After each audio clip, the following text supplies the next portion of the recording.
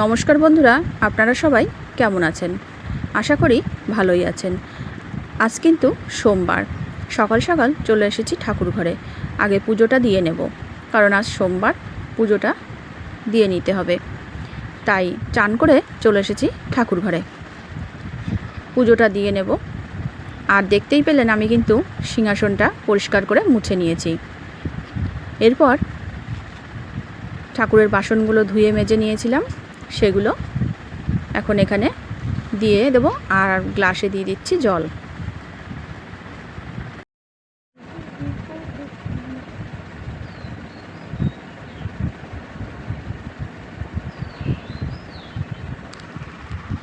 আর এদিকে আমি জল সংকটাকে ধুয়ে জল ভরে দিলাম। এবার ঠাকুরের ঘটে আর চরণে ফুলগুলো দিয়ে দেব।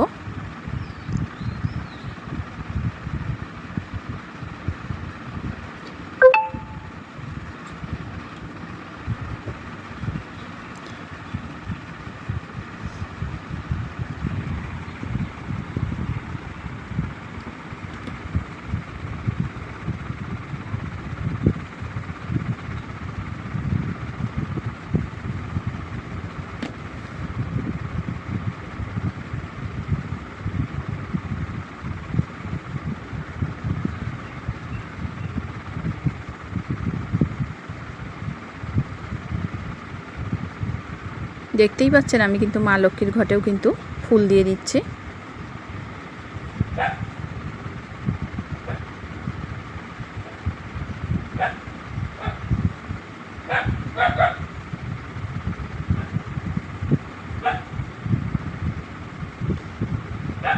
আজ যেহেতু সোমবার, তাই শিব ঠাকুরকে নামিয়ে নিলাম চান করানোর জন্য।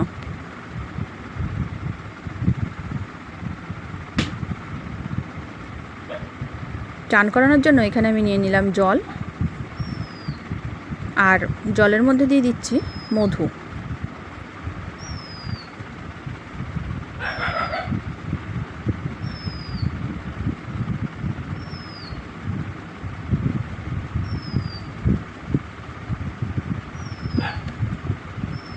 এবার দিয়ে দিলাম ঘি।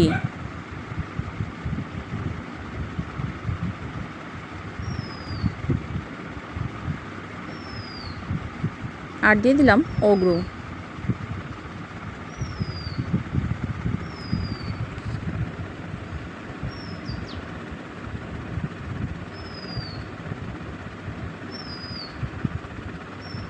আর দিয়ে দিলাম কর্পূর। জলটাকে আমি রেডি করে নিয়েছি ঘি, মধু, অগ্রু আর কর্পূর দিয়ে। এবার শিব ঠাকুরকে আমি চান করিয়ে নিলাম। আর এদিকে দেখুন আমার গাছের আকন্দ ফুল দিয়ে আমি মালা তৈরি করে নিয়েছি, সেটা শিব ঠাকুরকে পরিয়ে দেব।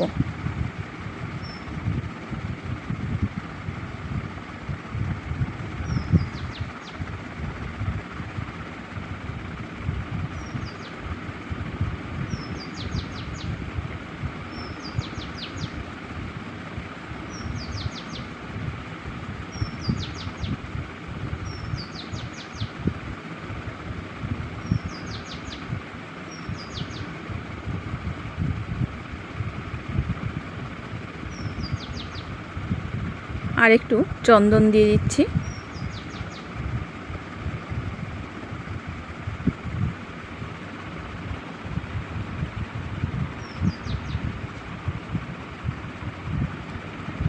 আর এই যে থালার মধ্যে আমি 3টে বেলপাতা নিয়ে নিয়েছি, বেলপাতার মধ্যে কিন্তু আমি চন্দন মাখিয়ে নিয়েছি।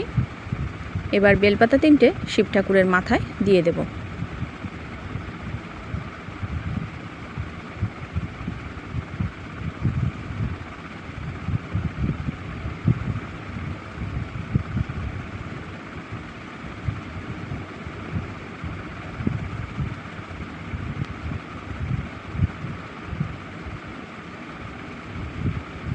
আর দিয়ে দিলাম আতপ চাল।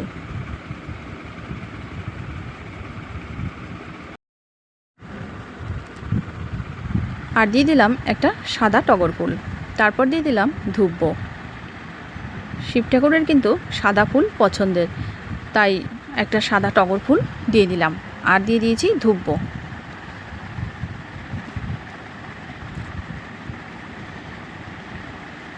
এবার আমি ধূপকাঠি আর প্রদীপটা জ্বালিয়ে নিলাম। জ্বালিয়ে নিয়ে একটু আরতি করে নেব।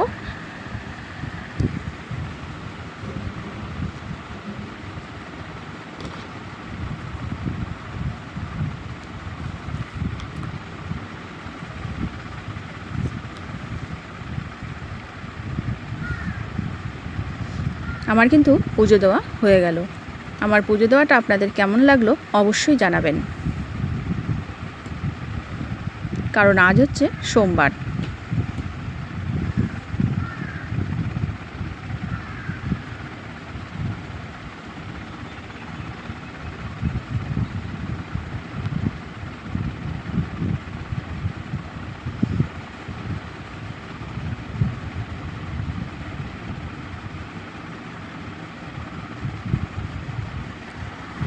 আমার কিন্তু পুজো দেওয়া হয়ে গেল। এরপর আমি চলে যাব রান্নাঘরে। আপনারাও আমার সাথে থাকুন, দেখতে থাকুন আমি কি রান্না করব সেটা আপনাদের সঙ্গে শেয়ার করি। আমি কিন্তু প্রথমেই দেখিয়েছি পনির নিয়ে নিয়েছি। তো রান্না করব দুধ পনির। তার জন্য এখানে আমি শিলে নিয়ে নিয়েছি কাজু বাদাম, পোস্ত, চালমগজ, এগুলোকে বেটে নিতে হবে। আর এদিকে একটা কড়াই বসিয়ে দিয়েছি।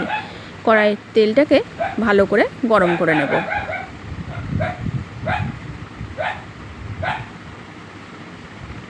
তেলটা গরম হতে হতে এদিকে আমি মশলাটা বেটে নেব। আর দেখুন তেলটা কিন্তু গরম হয়ে গেছে। আমি ফোড়নের জন্য দিয়ে দিলাম এলাচ, দারচিনি আর লবঙ্গ। এলাচ, দারচিনি আর যে লবঙ্গটা দেওয়া হয়েছে গরম মশলা, এটা থেকে একটা যখন সুন্দর গন্ধ বেরোবে তার মধ্যে আমি দিয়ে দেব এই বেটে নেওয়া চালমগজ, কাজু আর পোস্ত বাটাটা। মশলাটা আমি তেলের মধ্যে দিয়ে ভালো করে কষিয়ে নেব।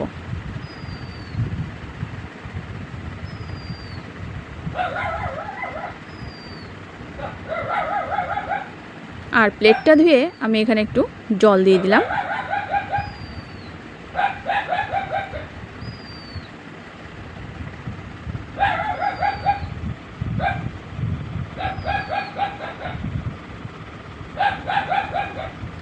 মশলাটা কষাতে কষাতেই আমি এর মধ্যে দিয়ে দেবো শুকনো লঙ্কার গুঁড়ো, হলুদ আর দিয়ে দেবো লবণ।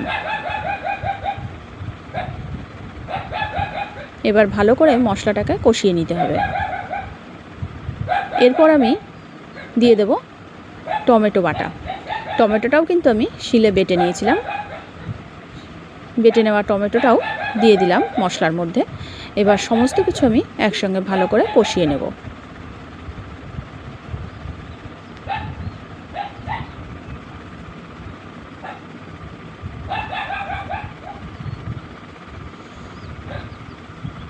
আর দেখুন এদিকে আমি একটা কড়াই বসিয়ে দিয়েছি। কড়াইটাতে তেল দিয়ে ভালো করে গরম করে নেব।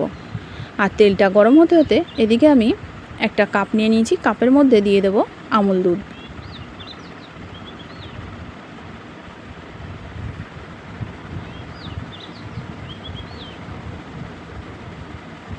তিন চার চামচ আমুল দুধ দিয়ে দিলাম। দিয়ে দুধটাকে ভালো করে গুলিয়ে নেব। এই রান্নাটা করতে গেলে কিন্তু আমার এই দুধ প্রয়োজন, তাই আমি এখানে 1 কাপ দুধ গুলে নিলাম। আর দেখুন এই যে পনিরটাকে যে আমি সেদ্ধ করে নিয়েছিলাম, পনিরটা সেদ্ধর পর আমি তুলে নিয়েছি।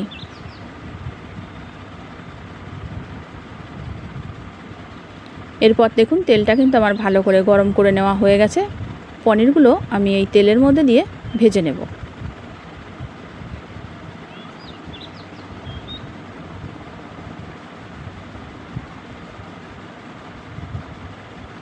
পনিরটা কিন্তু খুব ভালো করে ভাজার কোনো প্রয়োজন নেই। মানে কড়া ভাজা করে ভাজার কোনো প্রয়োজন নেই, হালকা করে ভেজে নিলেই হবে।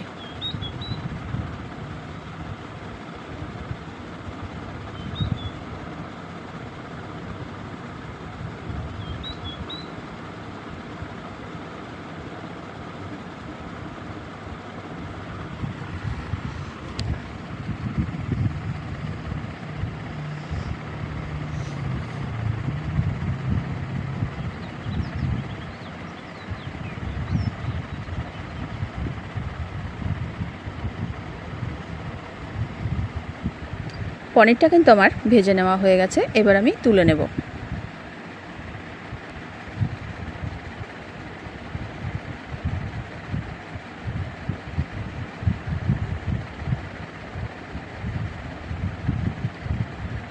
দেখতেই পেয়েছেন পনিরটা আমি কেমন করে ভেজেছি, খুব বেশি কিন্তু লাল লাল করে ভাজিনি।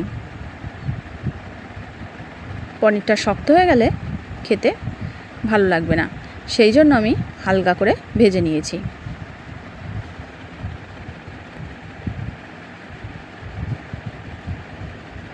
আর এদিকে আমার মশলাটা কষিয়ে নেওয়া হয়ে গেছে।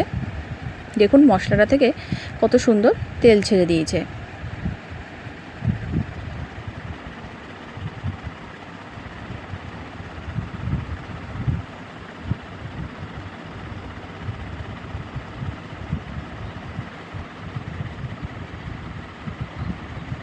মশলাটা আমার কষিয়ে নেওয়া হয়ে গেছে, সেই জন্য আমি এর মধ্যে দিয়ে দিলাম গুলিয়ে নেওয়া দুধ।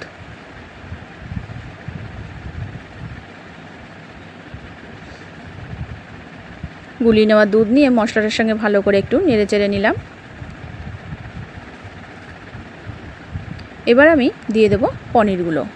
এই ভেজে নেওয়া পনিরগুলো এই মশলার মধ্যে আমি দিয়ে ভালো করে ফুটিয়ে নেব।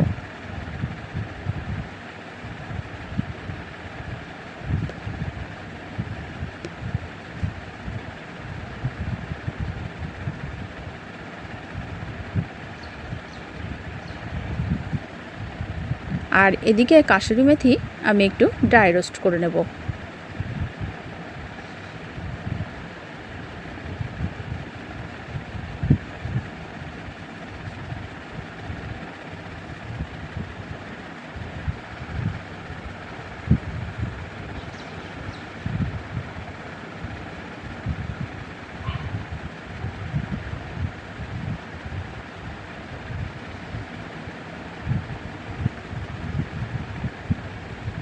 হয়ে গেছে আমার ড্রাই রোস্ট করে নেওয়া।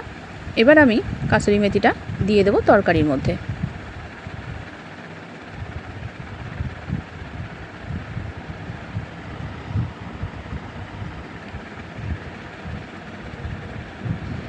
আর তরকারিটা কিন্তু আমার প্রায় হয়ে এসেছে, সেই জন্য আমি এর মধ্যে দিয়ে দিলাম একটু চিনি। আর ড্রাই রোস্ট করে নেওয়া কাসুরি মেথিটা আমি কিন্তু গুঁড়ো গুঁড়ো করলাম না, এরকম গোটা গোটাতেই দিয়ে দিলাম তরকারির মধ্যে।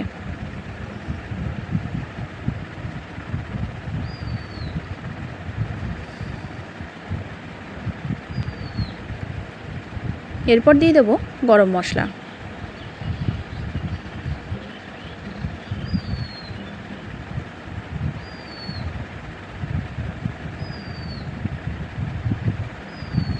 ব্যাস রেডি হয়ে গেল আমার দুধ পনির। আপনারাও এভাবে খুব সহজেই বাড়িতে বানিয়ে নিন দুধ পনির। খেতেও কিন্তু টেস্টফুল হয়েছিল, একদম অনুষ্ঠান বাড়ির মতো। আপনারাও চাইলে বাড়িতে অবশ্যই বানাতে পারেন। একবার বানিয়ে ট্রাই করে দেখুন খেতে কেমন হয়, তারপর আমাকে কমেন্টে জানাবেন। রেডি হয়ে গেল আমার দুধ পনির। আপনারাও কিন্তু বাড়িতে এভাবে বানিয়ে খেয়ে দেখবেন, কেমন লাগে আমাকে অবশ্যই বলবেন কমেন্টে। এই যে দেখুন আমার কিন্তু রেডি হয়ে গেছে দুধ পনির।